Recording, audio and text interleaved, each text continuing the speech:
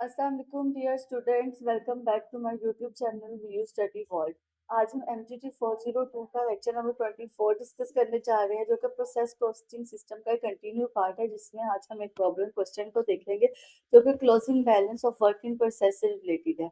अभी आप मैंने इसकी डेफिनेशन भी लिखी हुई है। Units that are incomplete at the end of an accounting period and will be completed in the next period.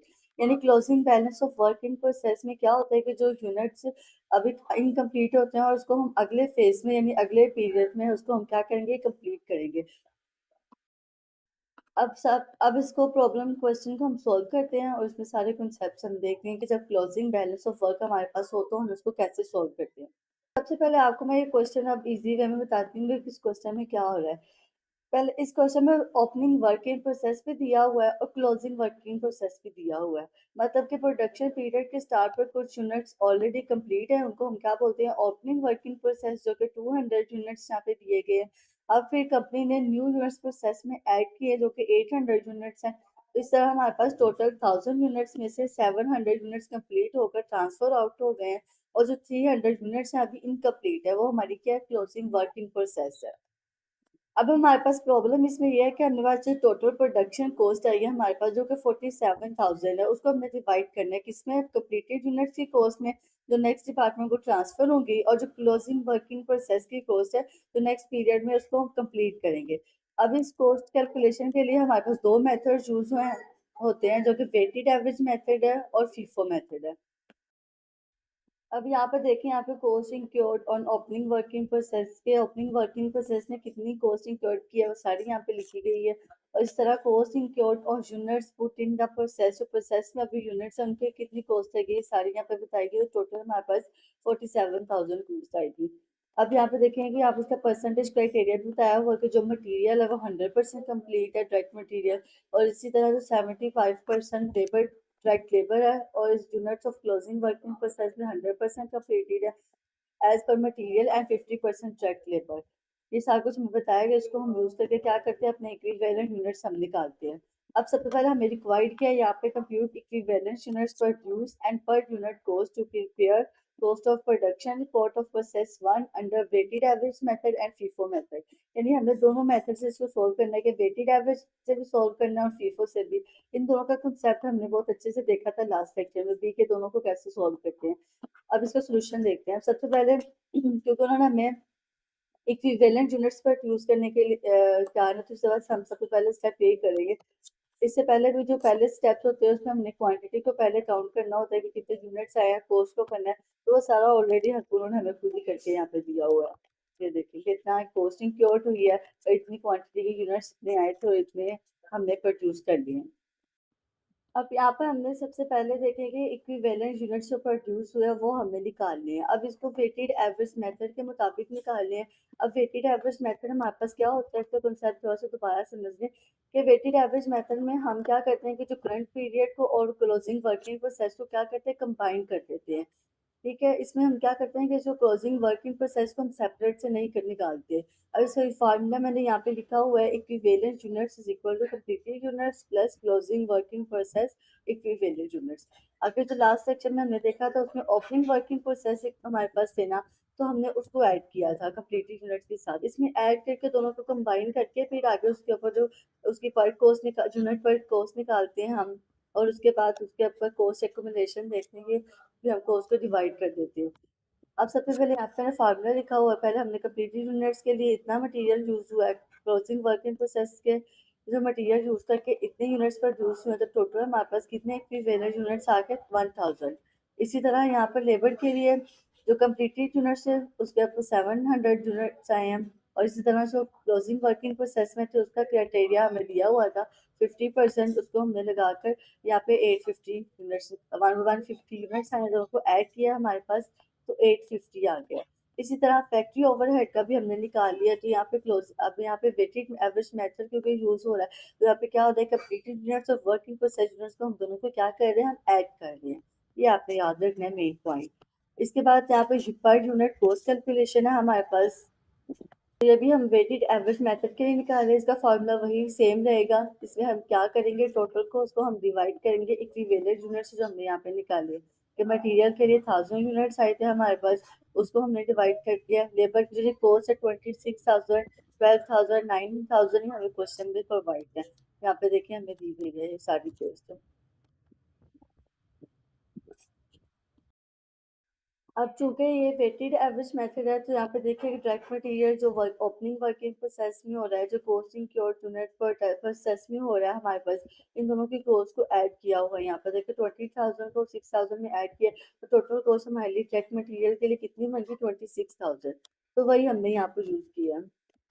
यहाँ पर तो इनको यूज करके हमने क्या निकाल लिया, हमारा cost per unit, cost per equivalent unit यानी पर यूनिट कॉस्ट कितनी आई है हमारे पास। अब नेक्स्ट हमारे पास कॉस्ट अपॉर्चनमेंट यानी कॉस्ट को हमने डिवाइड करना है किसके अंदर, कंप्लीटेड यूनिट्स में और क्लोजिंग वर्किंग प्रोसेस में हमने क्या करना है, कोर्स को डिवाइड करना है। अब कंप्लीटेड यूनिट्स हमारे पास कितने थे, 700 थे, और उसकी टोटल यूनिट कॉस्ट हमारे पास कितनी है, ये 50.7058। इसको हमने मल्टीप्लाई किया तो हमारे पास 35,494 आया।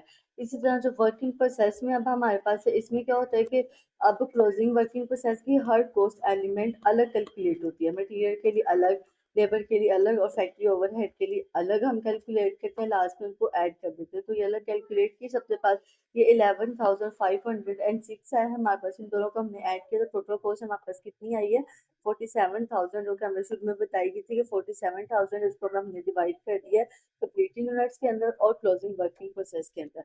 अब नेक्स्ट है, एक सेम क्वेश्चन हमने क्या करना है कि इसको फीफो के मुताबिक हमने इसको सोल्व करना है। अब फीफो को कंसेप्ट क्या है हमारे पास, अब FIFO में हम ओपनिंग वर्किंग प्रोसेस को पहले कंप्लीट करते हैं, फिर ओपनिंग वर्किंग प्रोसेस की और कॉस्ट अलग रखी जाती है इसमें, और सिर्फ करंट पीरियड की कॉस्ट से रिमेनिंग वर्क कैलकुलेट होता है हमारे पास।